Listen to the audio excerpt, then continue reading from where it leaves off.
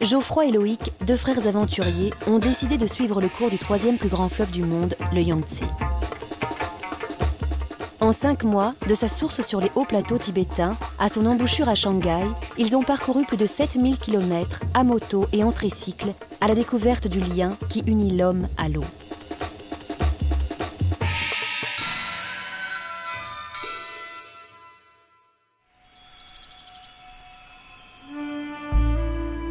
Loïc et Geoffroy ont déjà parcouru en 3 mois 4300 km depuis les glaciers qui donnent naissance au Yangtze-Kiang. Ils ont pu constater à quel point l'accès à l'eau était nécessaire au développement d'un village ou même d'une ville. À Chongqing, ils ont échangé leur moto contre un tricycle. Maintenant, leur grand défi sera de ne pas se perdre parmi les millions d'habitants des mégalopoles. Depuis le début de notre voyage, nous nous rendons compte à quel point les Chinois sont conscients de tout devoir au Yangtze, qu'ils appellent littéralement le fleuve mère. Avons-nous encore cette conscience en Europe ?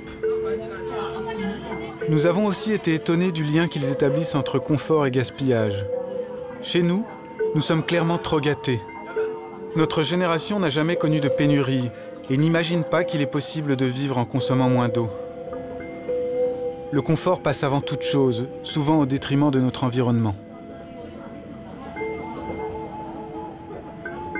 En ville, l'eau intervient de plus en plus dans notre vie quotidienne, et c'est pourtant là qu'elle est le plus en danger.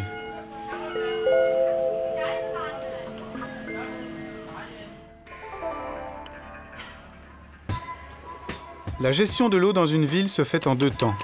Il faut d'abord la porter pure dans chaque habitation, puis il faut la récupérer usée pour la traiter avant de la rejeter dans l'environnement.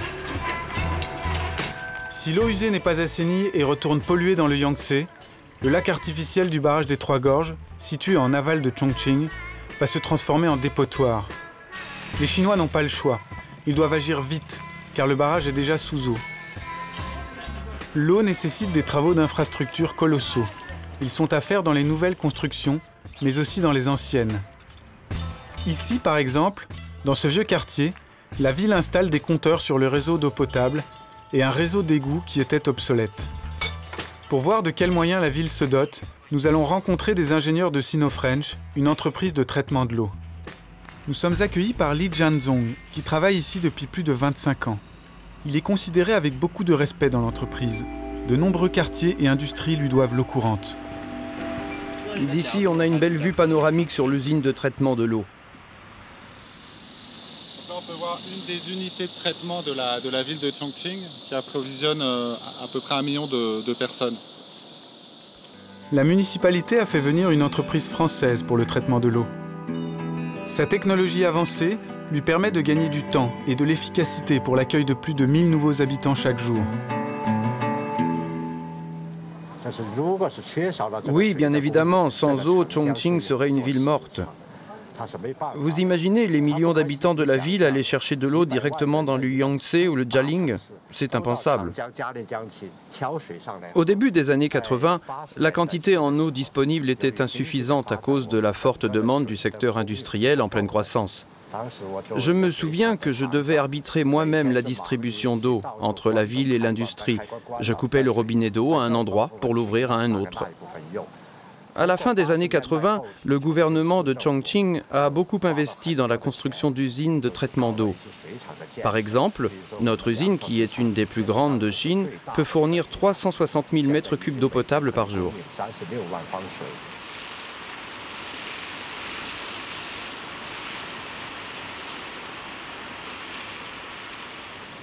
Depuis quelques années, avec les moyens mis en œuvre et les nouvelles normes, nous avons pu augmenter les quantités d'eau disponibles, améliorer sa qualité et protéger les ressources mises à notre disposition.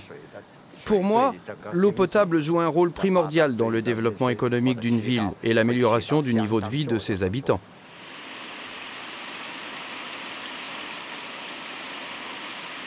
Li Jianzong nous présente son jeune collègue Li Chanchun, qui dessine les réseaux de canalisation pour l'adduction d'eau et pour les égouts.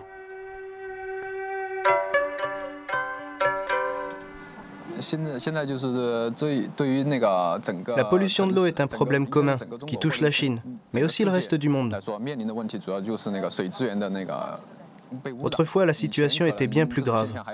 Mais les nombreux chantiers lancés par le gouvernement depuis quelques années permettent un meilleur contrôle de la pollution. Par exemple, au bord du fleuve Jialing, on a construit plusieurs réservoirs pour collecter les eaux usées et ainsi protéger le fleuve. L'adduction d'eau et la protection des ressources ne peuvent se faire sans une organisation rigoureuse, reposant sur des compétences pointues. Aujourd'hui, les activités humaines, quelles qu'elles soient, rejettent encore trop souvent l'eau usée directement dans le Yangtze, ce qui en aval pénalise toutes les villes qui dépendent du fleuve. De manière assez inattendue, notre vendeur de tricycles s'est révélé être ami avec le directeur de l'usine. Il nous propose donc d'aller directement sur place pour chercher notre nouveau carrosse. Nous pensions visiter une usine totalement automatisée. Mais c'est avec surprise que nous voyons des ouvriers travaillant la chaîne, qui meulent, emboutissent, soudent, vissent pour fabriquer des tricycles par milliers.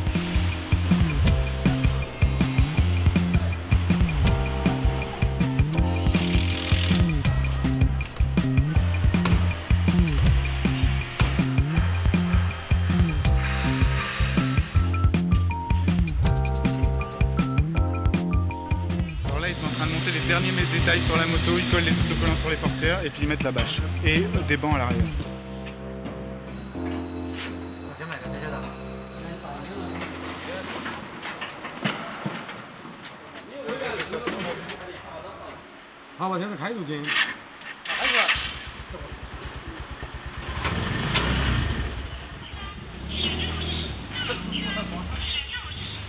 Stop, stop!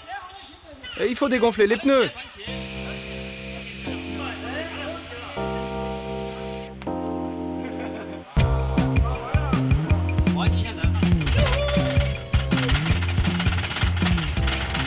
Notre tricycle rouge est beaucoup moins discret que les motos. Nous quittons Chongqing contents de notre acquisition, mais avec une petite appréhension car nous sommes toujours sans plaque d'immatriculation et sans permis. Heureusement, les routes sont dorénavant excellentes. Mais est-ce que cela va durer ?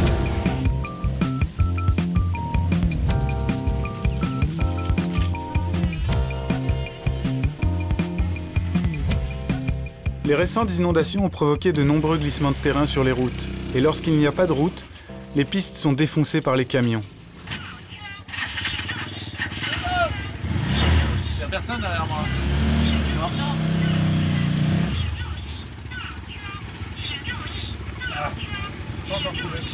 Contrairement aux motos, nous ne pouvons plus tomber. 3 roues, c'est beaucoup plus stable. Enfin stable.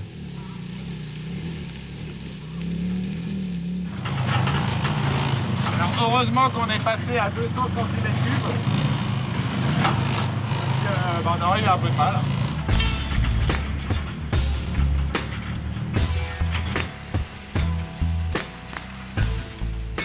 Avec le tricycle, les autoroutes nous sont interdites et la peur du gendarme nous fait éviter les grands axes routiers.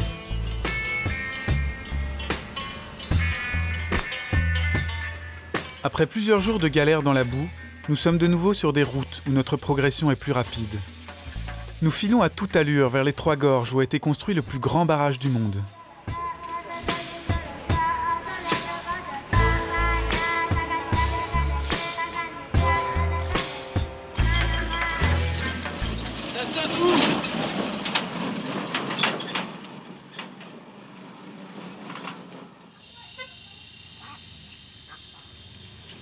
Nous trouvons une nouvelle organisation dans notre tricycle, l'un conduisant pendant que l'autre est à l'arrière.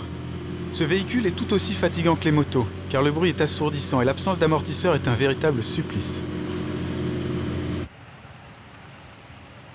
La première mise sous eau du barrage des 3 gorges, en 2002, a créé un lac artificiel de 660 km de long et provoqué une montée des eaux de 145 mètres en quelques semaines.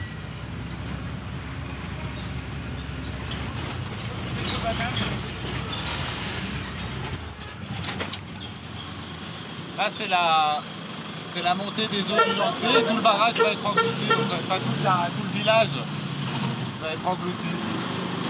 C'est vrai qu'on dirait que c'est un vestige d'une guerre. Ce village situé dans la vallée d'un affluent du Yangtze sera englouti en 2008 par la deuxième montée des eaux, qui portera le niveau du lac à 175 mètres. Les habitants s'activent à démonter les maisons, brique par brique, pour aller les reconstruire plus haut.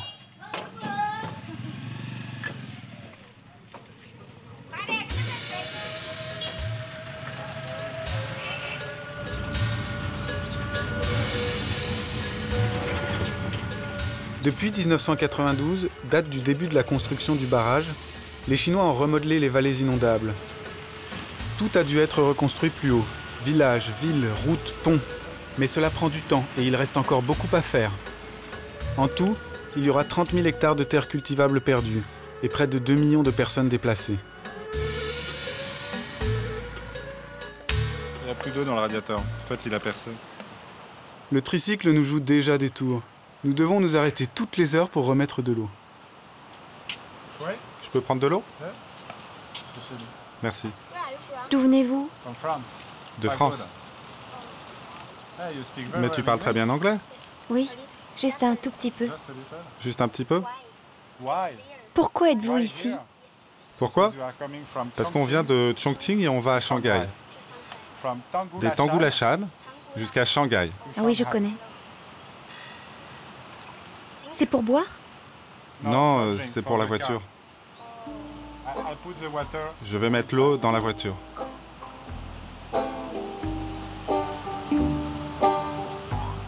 Elle a que 3 jours, la moto, elle est déjà complètement ruinée.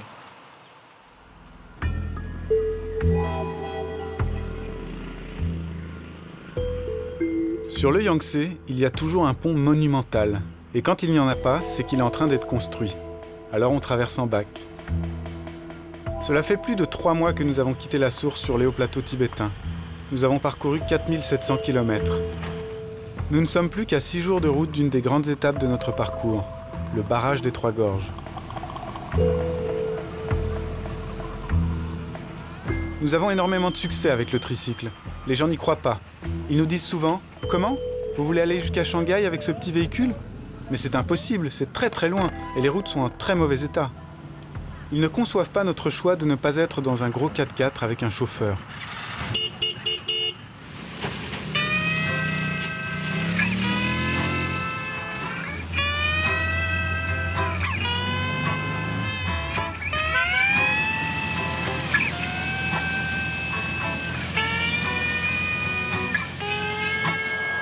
Bon bah, ce qui devait arriver arrivant, on s'est fait arrêter par les flics.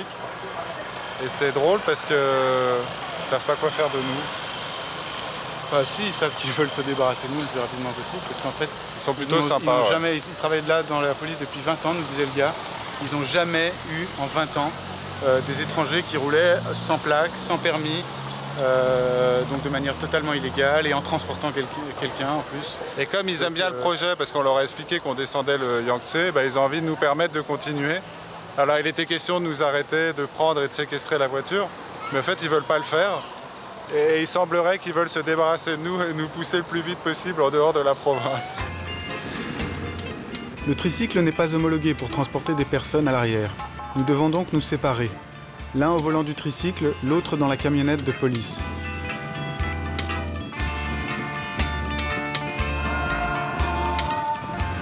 Pour garantir notre sécurité, les policiers décident de nous escorter gyrophare allumé jusqu'à la sortie de leur juridiction. C'est plutôt surprenant, assez sympa, parce que ils ne savaient pas quoi faire de nous, ils ne pouvaient pas saisir notre voiture, puisque voilà, on était étrangers et qu'il n'y a pas de loi pour ça. Et donc on continue l'aventure. Manzaha, comme disent les Chinois. Ça veut dire longue route.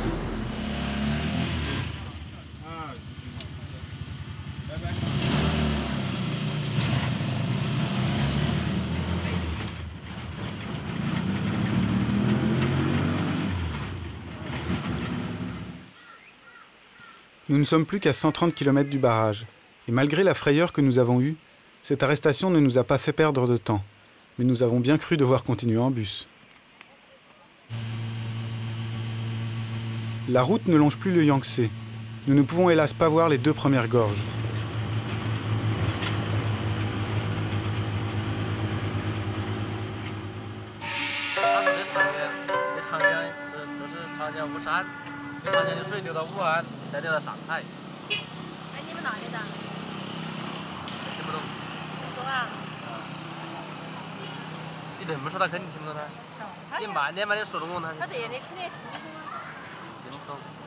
En bas c'est Wushan, enfin il y a aussi le Loïc comme vous avez vu. Et Wushan c'est la dernière grosse ville avant le barrage des Trois Gorges.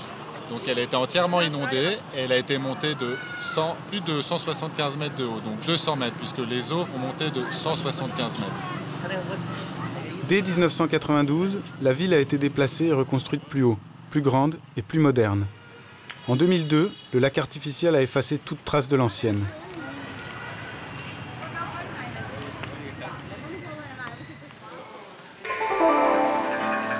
Vous voulez voir à quoi ça ressemble à un homme nouveau, c'est-à-dire sans barbe, sans cheveux?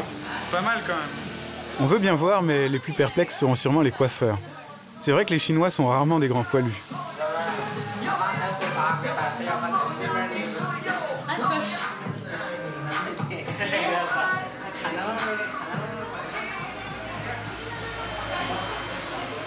Ici, l'habitude est de faire un long shampoing massage avant la coupe. Et il masse tellement fort qu'on a peur d'y laisser tous les cheveux. Remonte un peu, tu seras plus confortable. Et tu t'appelles comment? Je m'appelle Yan Li. Et ça fait longtemps que tu es coiffeuse, Wenli? Ça va bientôt faire 1 an que je travaille ici. 1 year. Et pourquoi avoir choisi ce métier? Ça va te paraître idiot, mais je suis heureuse de voir repartir les gens plus beaux qu'ils ne sont venus.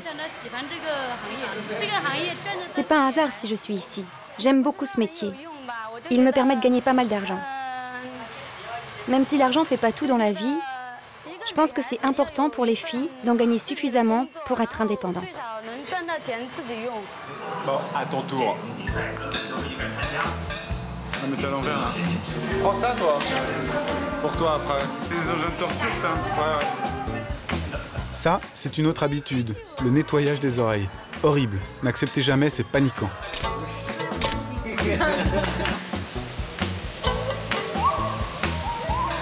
Alors, c'est bien? Pas mal, t'as le poil soyeux, c'est bien. Allez, c'est parti!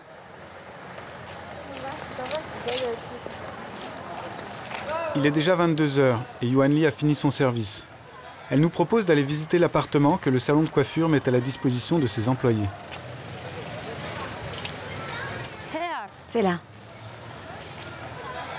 C'est là-haut? Oui, oui. On est au 6e.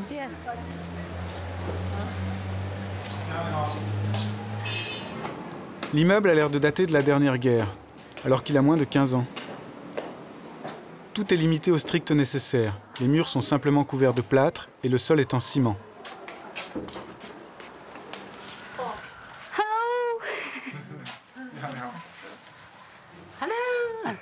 Eh, pousse-toi, fais un peu de place.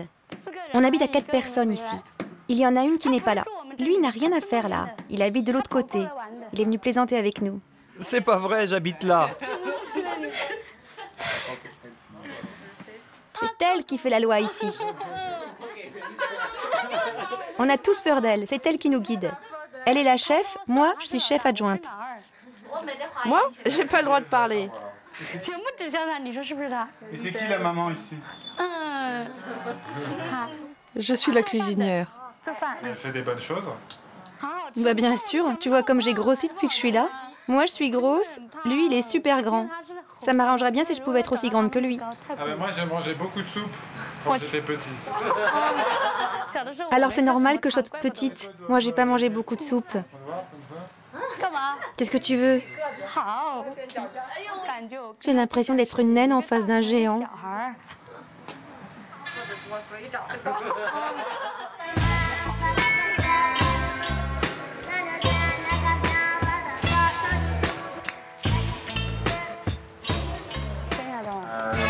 Pour te laver, c'est où? C'est dans le couloir?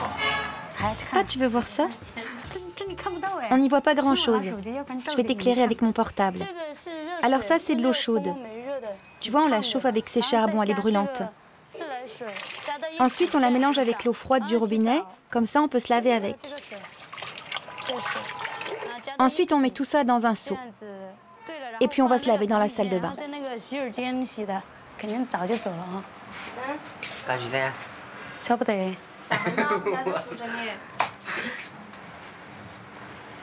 En fait, elle habite juste en face de son salon de coiffure. C'est cool. Ça te fait quoi de voir le Yangtze Kiang tous les matins? Le matin, quand je me lève, et que je vois le Yangtze par le balcon de la salle de bain, ça me réchauffe le cœur. Tu vois, si la veille j'étais pas heureuse, le fait de le voir le lendemain matin me fait oublier toutes mes peines.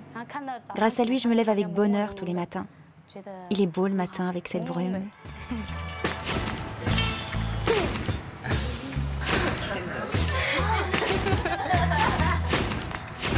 Tu veux encore me filmer? Tiens, je les remets. Tu veux te battre avec moi? T'as aucune chance de toute façon. En quittant Yuanli, nous avons une nouvelle définition du terme eau courante. Dans cette ville récente de 600 000 habitants, la majorité des immeubles n'a souvent qu'un robinet par étage. Et l'eau n'y est pas potable. Malgré tout, c'est un luxe pour tous ceux qui viennent de la campagne.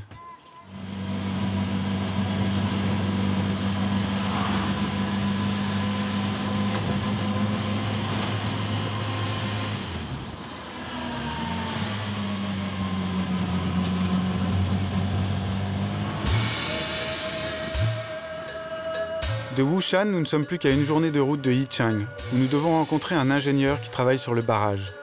10 jours et 520 km nous séparent déjà de Chongqing. Nous n'avons pas encore pris le temps de réparer le radiateur du tricycle. Mais maintenant, nous sommes bien mieux organisés. Nous arrivons à le recharger sans nous arrêter.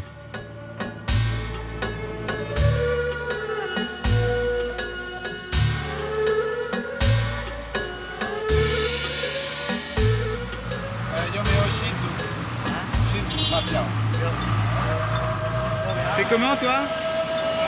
T'es comment alors? Tu vois pas la route en fait. En fait, je vois pas la route.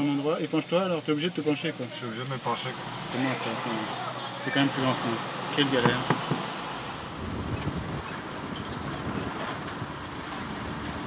Alors là, on va arriver sur la dernière des 3 gorges quand on descend le fleuve. C'est absolument magnifique. C'est la seule qui est accessible par la route.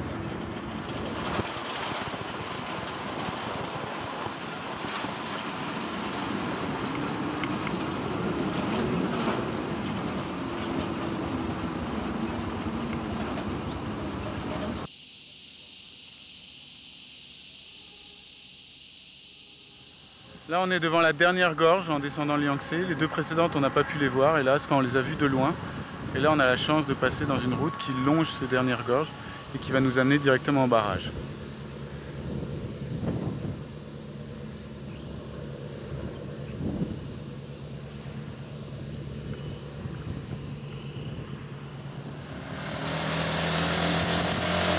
C'est beau!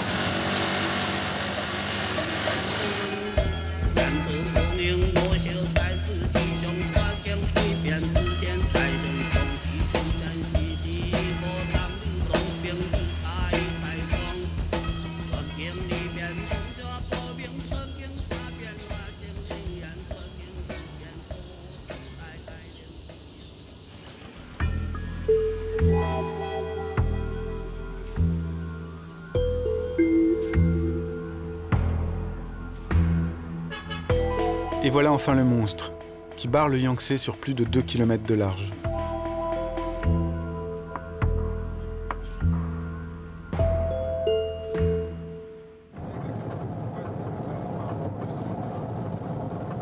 À Yichang, nous sommes accueillis par Liao Washeng, un ingénieur qui travaille à la construction du barrage.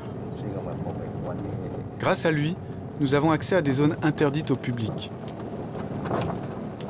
Il va surtout nous expliquer plus en détail les raisons de cette réalisation tellement controversée.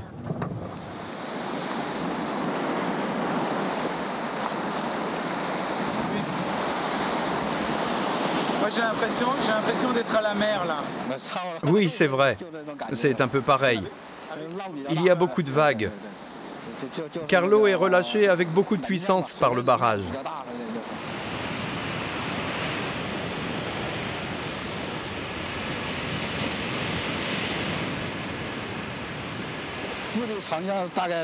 L'idée de maîtriser les eaux du Yangtze a commencé en 1921 avec Sun Yat-sen. L'objectif était de limiter les dégâts causés par les inondations en aval et au milieu du fleuve. Il faut prendre conscience que le barrage des 3 gorges a permis de réduire très fortement le risque d'inondation dans ces zones. On est passé d'une fois tous les 10 ans à une fois tous les 100 ans. Il a aussi l'avantage de produire beaucoup d'électricité pendant que l'on décharge le trop-plein d'eau. Au XXe siècle, les inondations du Yangtze ont causé la mort de 300 000 personnes, des millions de déplacés et des milliards de yuan de dégâts. Fin 2008, date d'achèvement des travaux, la production de la centrale hydroélectrique du barrage s'élèvera à 22 gigawatts, ce qui correspond à 10% de la consommation annuelle chinoise et ce qui réduira la combustion de charbon de 50 millions de tonnes. Ce sont les principaux arguments des défenseurs du barrage, et sans doute les meilleurs. Mais n'existe-t-il pas d'autres moyens ? En Chine, on appelle le Yangtze le canal d'or, car le trafic fluvial y est développé. Quand le barrage n'existait pas, à certaines périodes de l'année, le niveau du fleuve était trop bas. Les bateaux étaient obligés de s'arrêter. Depuis la construction du barrage, ce problème est résolu. Même les gros bateaux de 10 000 tonnes peuvent facilement remonter le fleuve jusqu'à Chongqing, ce qui rend la navigation plus fluide. Cela permet de faire passer le développement de la côte Est vers l'intérieur du pays et en particulier à Chongqing. En voiture, nous allons traverser le barrage et nous rendre en amont, devant les écluses. Nous aimerions nous arrêter, mais le site est sévèrement gardé par l'armée. Tout a été mis en œuvre pour favoriser le trafic fluvial, qui doit désenclaver l'ouest de la Chine. Un système d'écluses à 5 niveaux pour les bateaux de 10 000 tonnes et un élévateur pour les moins de 3 000 tonnes permettent de franchir les 120 mètres de dénivelé en moins d'1h30. Pourquoi est-ce que la construction de ce barrage a été un symbole pour la Chine et en même temps une nécessité économique, comme la Grande Muraille était une nécessité pour défendre le pays des invasions mongoles? Il faut se mettre dans la peau des Chinois de l'époque. Construire le barrage était un rêve fédérateur pour nous tous. Quand le premier coup de pioche a été donné, nous avons senti que ce rêve pouvait se réaliser. Étant donné l'immensité de sa construction et son impact dans le monde, c'est vrai qu'on peut le considérer sans problème comme la nouvelle muraille de Chine. C'est au sujet du Grand Barrage que les premières divisions officielles ont eu lieu à l'intérieur même du gouvernement et du parti. Mais il reste le symbole de la puissance et de l'indépendance du pays, qui ne recule devant aucun sacrifice pour consolider sa croissance. Qu'on soit pour ou contre, maintenant qu'il est construit, la seule alternative est de tout faire pour éviter une catastrophe écologique. En étant optimiste, on peut même voir le barrage comme une opportunité pour les Chinois, qui sont maintenant obligés de traiter leurs eaux usées s'ils veulent éviter la mort du lac et du fleuve.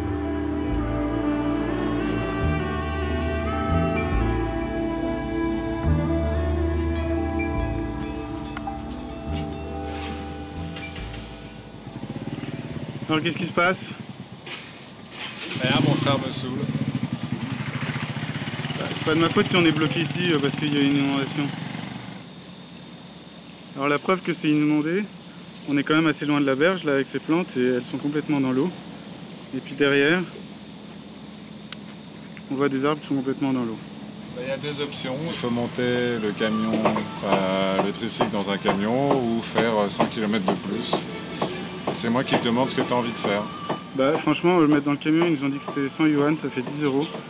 Et faire le détour, ça nous fait 80 km. On n'a même pas essayé de voir si c'était possible de passer par le pont, avec pas sans autorisation. Bah, on a vu qu'il fallait une autorisation. Écoute, ça fait déjà 1 heure qu'on en parle, tu prends ta décision et c'est bien.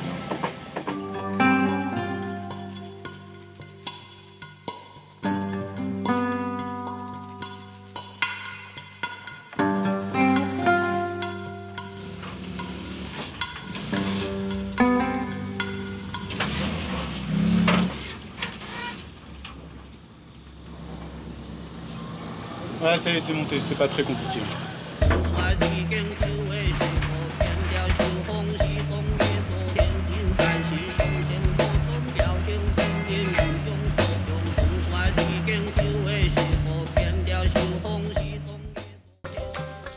Il nous reste 1200 km à parcourir pour arriver à la fin de notre périple.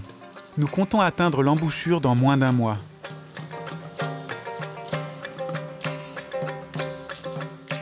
Le tricycle roule enfin sans problème. Pour 30 €, nous avons fait installer un radiateur tout neuf. Heureusement, parce que la température extérieure approche les 40 degrés. Nous entrons dans la partie la plus riche de la Chine et nous allons voir que l'eau de plus en plus utile doit être gérée dans la durée.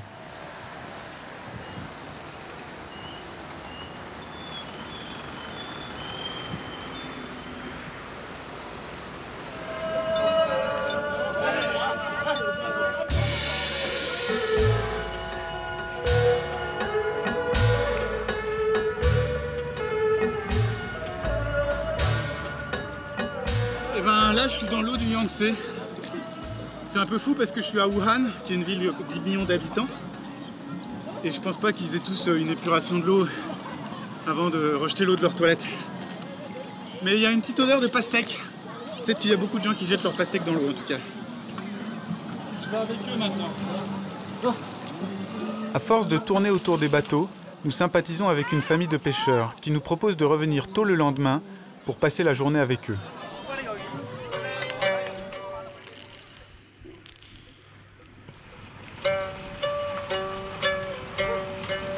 Vous montez? Nous sommes assez excités, car depuis Chongqing, nous avons souvent demandé à des bateliers de nous embarquer, mais ils ont toujours refusé. S'ils ne sont pas accrédités pour le tourisme, il leur est strictement interdit d'avoir des étrangers à bord. Je peux vous dire qu'on est drôlement contents parce que il y a des pêcheurs de fer, c'est leur métier, c'est-à-dire qu'au lieu de pêcher du poisson, ils pêchent du fer. Et ils nous ont proposé de venir passer une journée avec eux. Je sais pas ce que tu en penses, Loïc, mais c'est assez extraordinaire. Et ils nous ont proposé ça spontanément, on a parlé avec eux, on leur a dit que nous on s'intéressait aux gens qui vivaient grâce à l'eau, qui vivaient avec l'eau. Je suis drôlement content. C'est une blague. Non mais il a été posé du fer ce matin dans le fleuve. La technique paraît simple, mais le courant est très fort et le fond du fleuve n'est pas vraiment lisse. Une fois l'aimant jeté, il descend vers le fond et dérive avec le courant. Il faut alors une grande habileté au pilote pour maintenir le bateau au même endroit et permettre aux pêcheurs de sentir avec leurs cordes lorsque l'aimant se fixe à une pièce de fer.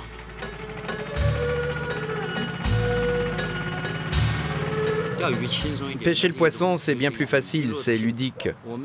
La pêche à l'aimant, c'est beaucoup plus physique, mais les deux demandent des mains sensibles. Quand l'aimant se colle à un morceau de fer, la corde réagit, et on le sent tout de suite avec nos mains.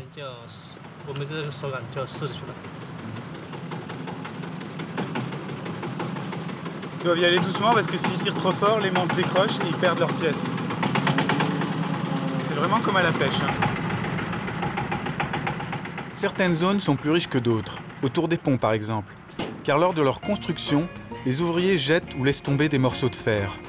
Mais comme son prix augmente, les gens en jettent de moins en moins. En fait c'est marrant parce que c'est toute une famille. Ils sont 4 enfants comme nous. Ça c'est le deuxième, puis c'est le dernier. Et là-bas c'est l'aîné, il y a une fille entre les deux. Ces bateaux amarrés au quai sont des véritables villages flottants. Pour les pêcheurs, ils présentent l'avantage de tout jeter dans le fleuve, fer y compris. On a mis 3 jours pour tirer du fond notre plus belle prise. C'était un cylindre gros comme ça, d'environ 1 mètre de diamètre. Une personne pouvait se mettre dedans. On a utilisé la force de nos 3 bateaux pour pouvoir le tracter. Il pesait 5 tonnes. On était heureux. C'est comme si nous avions trouvé un portefeuille par terre.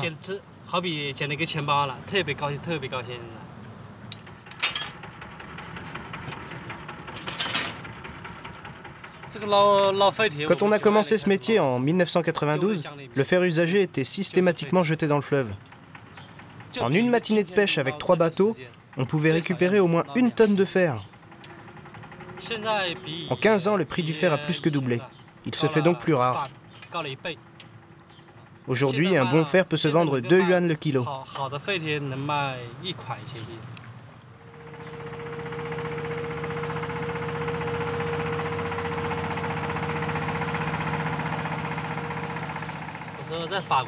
Et en France, il y a des rivières comme celle-là? En France ça existe, mais pas aussi grosse. Une rivière aussi grosse, ça n'existe pas. Le Yangtze-Kiang, il fait 6500 km de long. Ouais, il travaille sur le plus grand fleuve d'Asie. On peut être fier.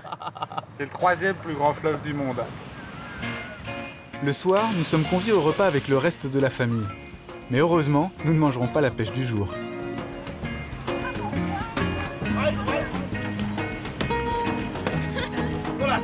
Allez, venez, on mange. Ça a l'air bon tout ça, non? Ils mangent pas pimenté.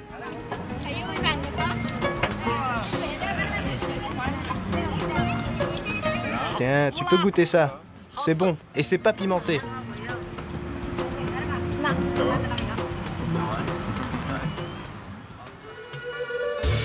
Nous partons de Wuhan au petit matin, pour éviter de croiser des policiers trop zélés. Tu fais coucou Loïc de Lama. Il faut que je conduise.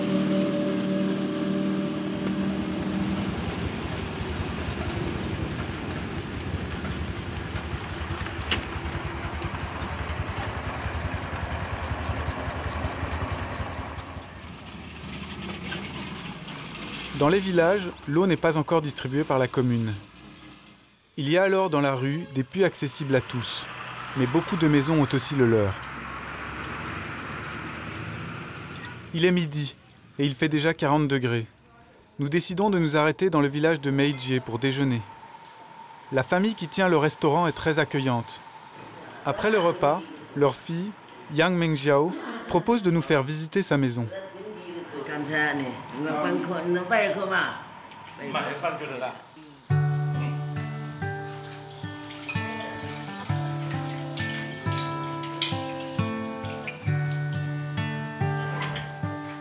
C'est les toilettes et la salle de bain en fait. Oui, c'est la salle d'eau. Ici, on prend la douche. Là, c'est les toilettes. Il y a aussi un lavabo pour se laver les mains. Je vais prendre une petite douche.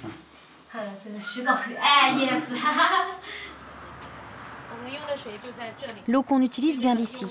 Il suffit d'actionner cette pompe pour faire monter l'eau.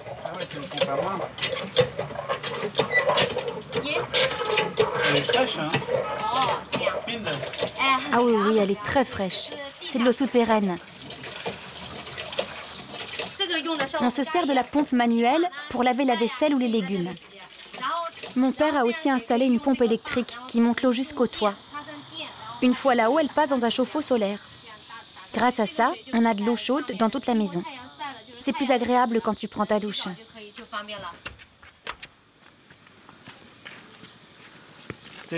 Voilà les fameux panneaux solaires. Ils chauffent l'eau pour la douche. Le réservoir que tu vois là, il sert à stocker l'eau. C'est bon, il y a pas mal d'eau. Les chauffe-eau solaires sont très courants en Chine, car leur consommation d'énergie est nulle.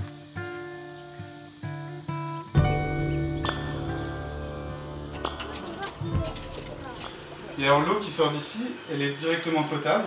Non, non, elle n'est pas potable, même si c'est de l'eau souterraine. Il faudrait la traiter pour pouvoir la boire. En guise de traitement, on la fait bouillir. Et après, on peut la boire.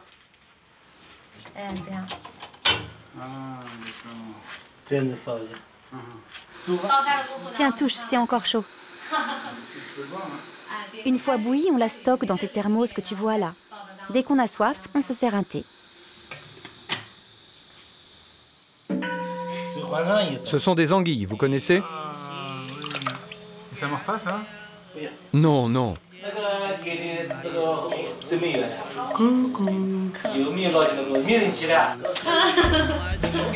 Yeah. Yeah.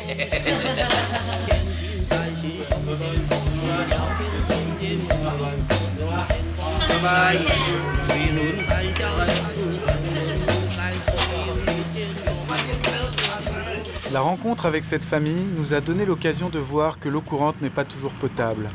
Et c'est le cas pour les 75% de Chinois qui vivent à la campagne. Nous parcourons en 2 jours les 300 km qui nous séparent de la province de Shanghai. Nous allons directement dans l'estuaire du Yangtze, à Chongming, une île d'1 million d'habitants qui vit principalement de l'agriculture et de la pêche.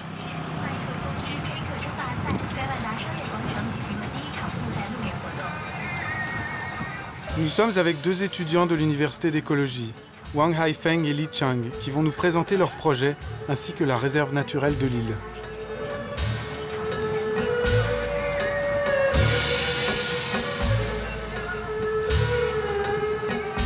On est à 45 minutes de Shanghai, sur une île qui s'appelle Chongming, où le gouvernement est en train de mener plusieurs projets de villages pilotes et qui sont des villages écologiques. Et nous, on va regarder ce qu'ils font au niveau de l'eau.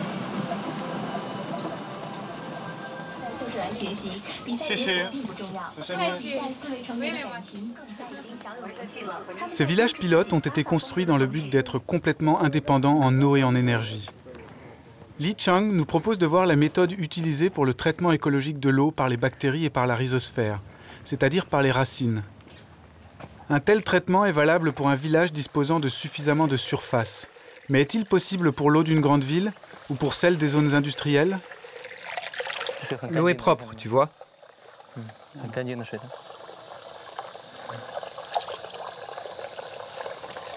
Et elle ne sent rien non plus. Sur l'île, la prochaine étape du gouvernement est de créer une ville écologique de 500 000 habitants, près de la réserve naturelle de Dongtan.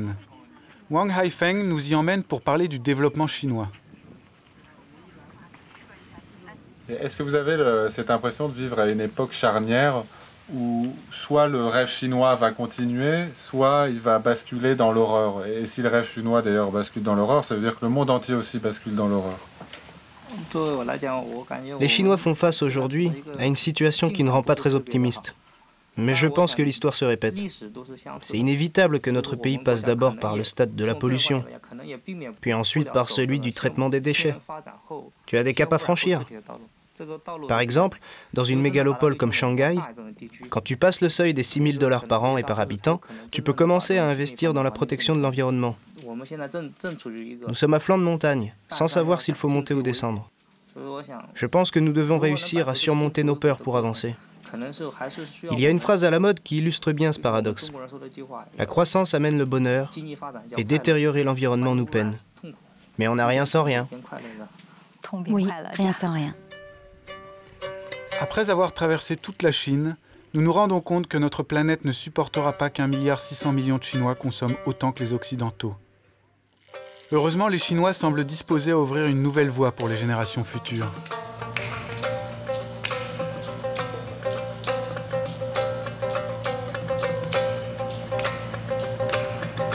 Nous arrivons enfin dans la ville de Shanghai, où nous avons rendez-vous avec Wang Haifeng. Nous avons décidé de lui donner notre tricycle, car il travaille bénévolement dans une ONG qui aide les paysans de l'île de Chongming.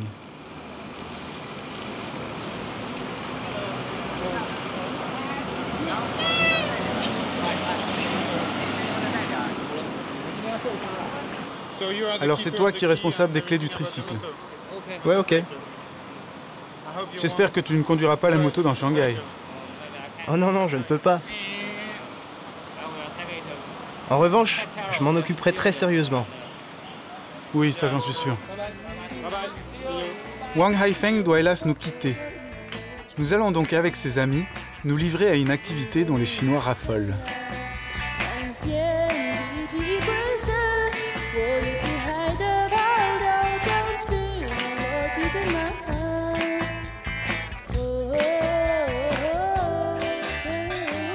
moi, c'est la première fois dans un karaoké.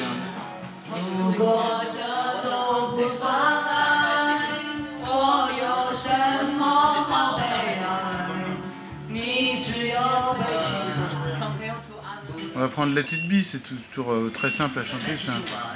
Let It Be.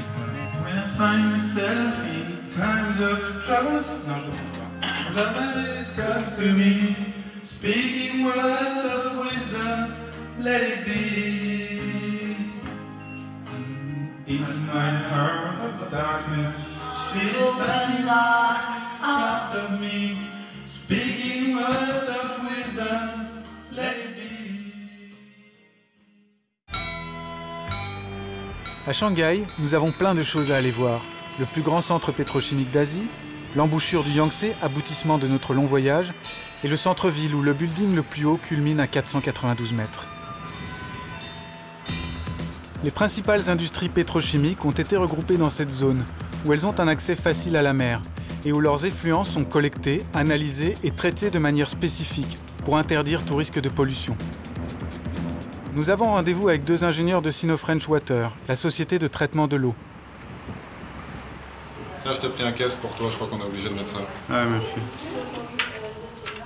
Hop, en route pour la visite de la station de traitement de Sino-French, donc qui se trouve au sein du parc SKIP, donc qui est le Shanghai Chemical Industrial Park. C'est pas pour mieux lire en fait, c'est pour me protéger parce qu'on va aller au lab. Ouais, moi aussi j'en mets alors. Vas-y, essaye. Ah, t'es vraiment... C'est sur ton nez que tu dois les mettre. Voici les différentes eaux usées que nous traitons et qui sont rejetées par les industries. Vous voulez pas goûter pour moi? Non, je peux pas. Il y a beaucoup d'éléments polluants là-dedans. La plupart de ces effluents d'usines sont extrêmement toxiques. Est-ce que tous ces produits chimiques, on peut les retrouver sur les hauts plateaux à la source du Yangtze, par exemple? Dans les montagnes du Tangoulashan, il n'y a pas d'usine chimique. Donc on ne peut pas trouver tous ces polluants. Wang Xiaoxi est la directrice du laboratoire. C'est elle qui certifie le bon déroulement du traitement de l'eau.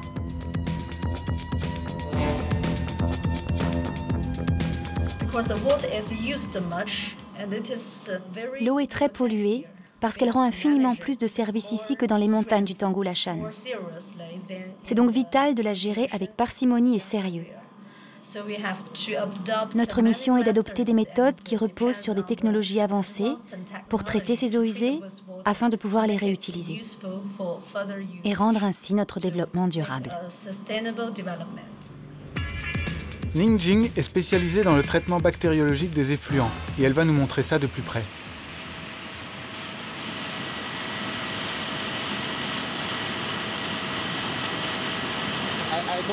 Je ne comprends pas pourquoi l'eau qui vient de cette zone industrielle est tellement marron. Ceci est un bassin de traitement biologique. Le principe est d'utiliser des bactéries pour digérer les polluants de l'eau. On appelle ça des boues activées.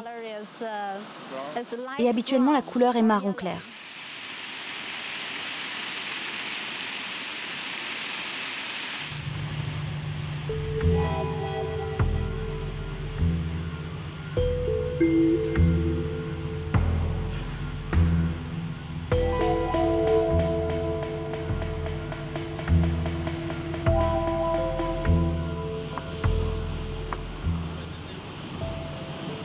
Je te cherchais.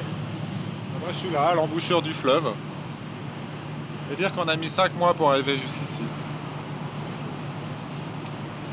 C'est impressionnant de se rendre compte que là ça grouille de bateaux, il y en a plein, il y en a des dizaines, des centaines.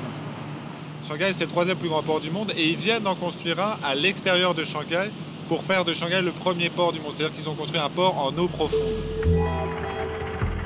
C'est sur l'île de Yangshan, au large de Shanghai, que la Chine a commencé la construction du plus grand port du monde.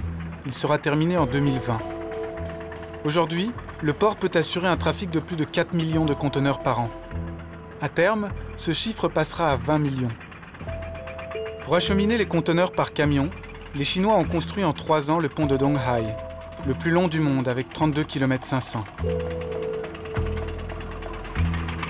Face à ce plus grand port du monde, enfin ce futur plus grand port du monde, qui est à l'embouchure du fleuve, on réalise mieux et on comprend mieux cette idée de Yangtze-Kiang, autoroute de croissance. Donc ici on a l'embouchure, on est à Shanghai, et l'autoroute de croissance qui va ramener, grâce à ce fleuve, la croissance vers l'ouest et vers les plateaux tibétains.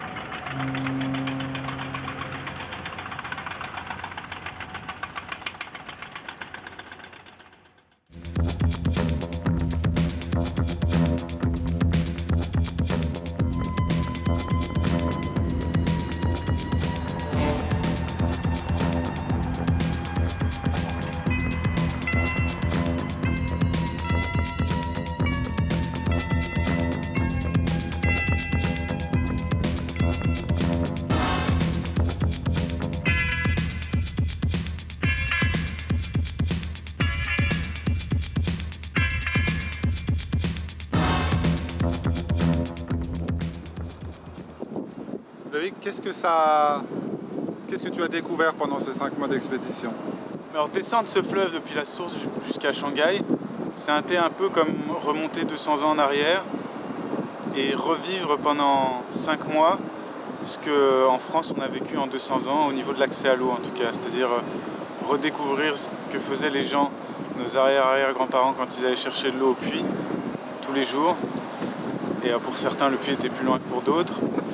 Et puis redécouvrir le premier accès à l'eau, le premier robinet dans le village et la facilité. Et puis ensuite le premier robinet dans la maison. Et donc vraiment là le luxe. Bref, c'est une facilité incroyable. Et alors quand l'eau en plus arrive à ce robinet qu'elle est potable, là c'est inconcevable pour une grande partie de la planète. Alors que pour nous en France ça nous paraît tellement naturel. D'ailleurs on ne sait même plus d'où elle vient, c'est tout. Elle coule du robinet, elle est pure, parfois elle est chaude même. On peut la boire directement en mettant sa bouche en dessous, mais on ne sait plus d'où elle vient. Alors pour toi Geoffroy, qu'est-ce que ça t'a fait de descendre ce fleuve? Quand je suis ici à Shanghai, c'est vrai que je ne peux pas m'empêcher d'imaginer là où on était il y a un petit peu plus de 5 mois à la source et de me dire que de ce fleuve gigantesque qu'on a ici à l'embouchure du Yangtze, c'était un petit goutte à goutte de rien du tout. Et je me suis aussi... on avait fait ce scénario, on avait mis beaucoup de choses sur voilà ce qu'on veut montrer, l'accès à l'eau, qu'est-ce que ça va apporter, qu'est-ce que ça permet. Et c'est vrai qu'il m'a fallu le voir, il m'a fallu rencontrer des gens pour vraiment réaliser effectivement le rôle et la place de l'eau dans notre société. Voilà, après on s'est bien marré, non ?